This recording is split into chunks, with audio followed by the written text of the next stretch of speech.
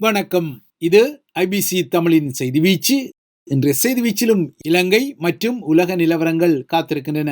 இலங்கையின் தென்பகுதியில் உள்ள கதிர்காம முருகன் ஆலயத்தில் தற்போது தமிழர்களின் பாரம்பரிய உரித்துக்களை அருகச் செய்யும் வகையில் தெற்கின் எசல பெரகராச் சூழல் வீரியம் அசாதாரணமாக வெளிப்பட்டு வருகிறது. கதிர்காம ஆலயத்தின் திருவிழா தற்போது இடம்பெற்று வரும் நிலையில் இந்த நகர்வுகள் வீரியப்படுகின்றன. இப்போதைய சூழலை நோக்கும்போது அருணகிரிநாதர் வழங்கிய திருப்புகளில் கதிர்காமத்தின் பெருமையெல்லாம் இருப்பதை சமகால இசல பிரகராக்காரர்கள் நிச்சயமாக நம்பிக்கொள்ளப் போவதில்லை என்பதற்குரிய ஆதாரங்கள் வெளிப்படுகின்றன. இதற்கு மாறாக கதிர்காமம் தமது மன்னர் துட்ட ஹிமனுவால் கட்டப்பட்ட ருகுணு மகா தேவாலய அன்றி அதில் தமிழர்களுக்கு யாதொரு பங்கும் இல்லை என்ற விடயத்தையே இசல பிரகரா கருத்தியல் கூற தலைப்படுகிறது. இந்த வருடமும் வடக்கின் செல்லச்சன்னதி ஆலயம் முதல் கிழக்கின் அம்பாறை மற்றும் மட்டக்களப்பு மாவட்டங்களில் இருந்து திரண்ட 30,000க்கும் மேற்பட்ட தமிழ் பக்தர்கள் பல நாட்களாக கால்நடையாக நடந்து கதிர்காமத்தை சென்றடைந்த நிலையில் கதிர்காமத்தின் சூழல் தற்போது எசல பிரகராமயப்படுகிறது.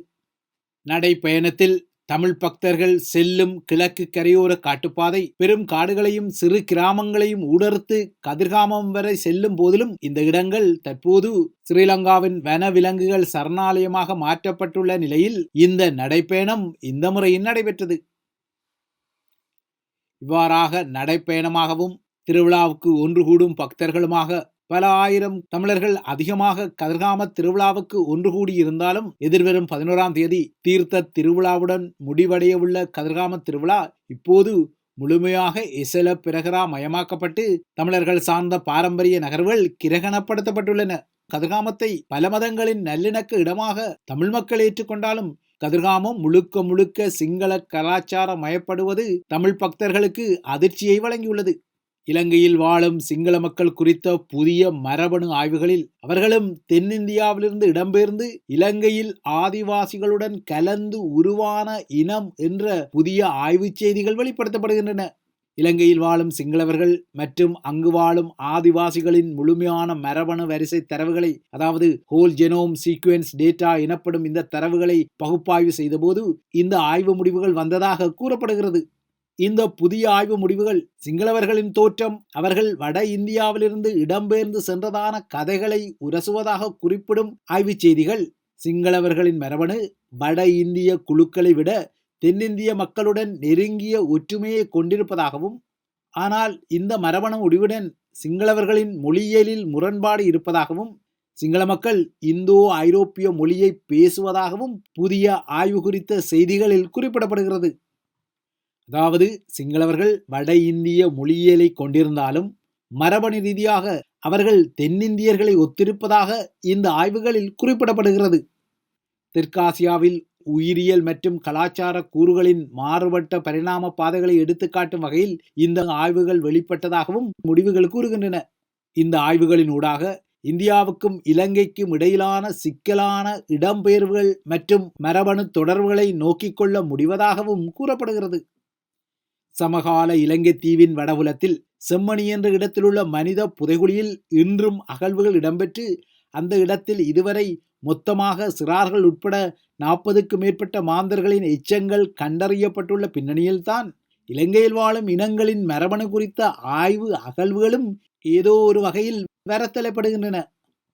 ஆனால் கதிர்காமம் போன்ற இடங்களில் இன்னமும் கொழும்பு ஆட்சி அதிகார மையத்தின் அனுசரணையுடன் கதிர்காம ஆலயத்தை நிர்வாகிக்கும் சிங்கள தரப்பு தமது மகாவம்ச புனைவுகளை தீவிரமாக முன்னெடுக்க தலைப்படுகின்றது. அந்த வகையில் எல்லாளனை தோற்கடிக்க துட்ட கைமுனு மன்னனுக்கு உதவிய கடோல் யானையின் தந்தங்கள் என 2 யானை தந்தங்கள் கதிர்காமத்தில் காட்சிப்படுத்தப்பட்டு அதற்கென ஒரு கதையும் கூறப்படுகிறது.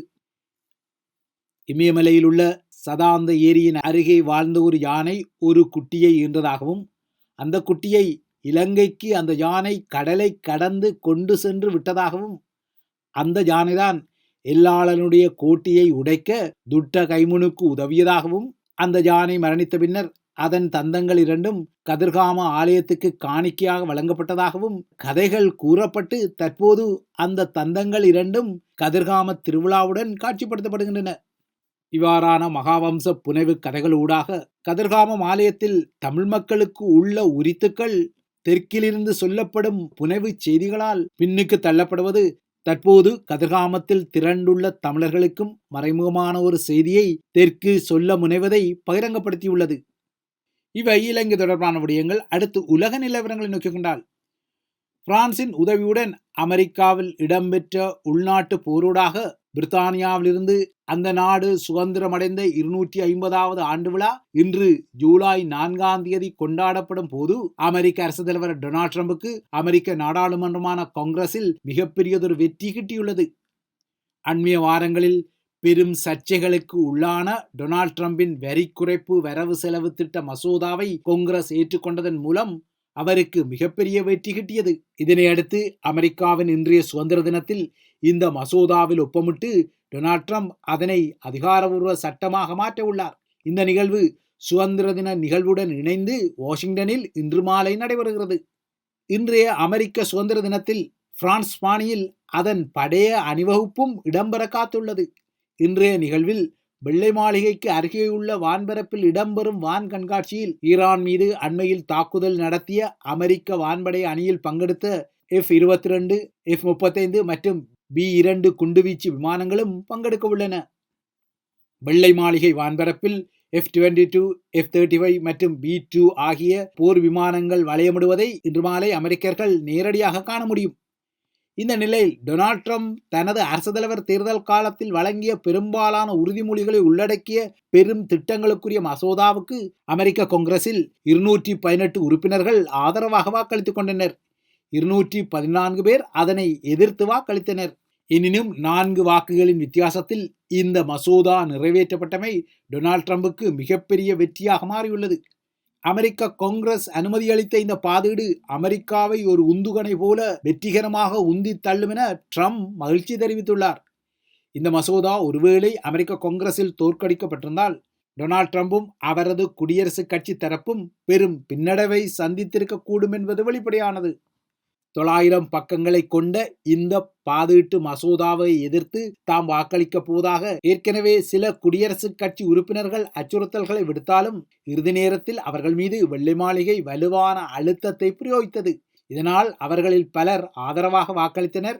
ஆக மொத்தம் 2 பேர் மட்டும் எதிராக வாக்களித்துக் கொண்டனர். குடியரசுக் கட்சியில் இந்த மசோதாவை எதிர்த்த உறுப்பினர்களுக்கு அழுத்தத்தை வழங்கும் வகையில் டொனால்ட் ட்ரம்ப் ஏறக்குறைய அவர்களுடன் 20 மணி நேரம் தொலைபேசியில் தொடர்ந்தும் பேசியிருக்கிறார்.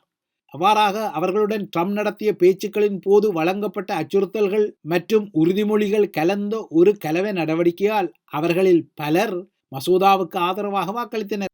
எனினும் ட்ரம்ப் தரப்பில் 2 பேர் மட்டும் எதிராக வாக்களித்துக் கொண்டனர். தற்போது நிறைவேற்றப்பட்ட இந்த பாதீட்டு மசோதா அமெரிக்க மக்களுக்குரிய வரிகளை குறைத்து சமூக செலவினங்களை மிக குறைந்த அளவுக்கு கட்டுப்படுத்த தலைப்படுகிறது.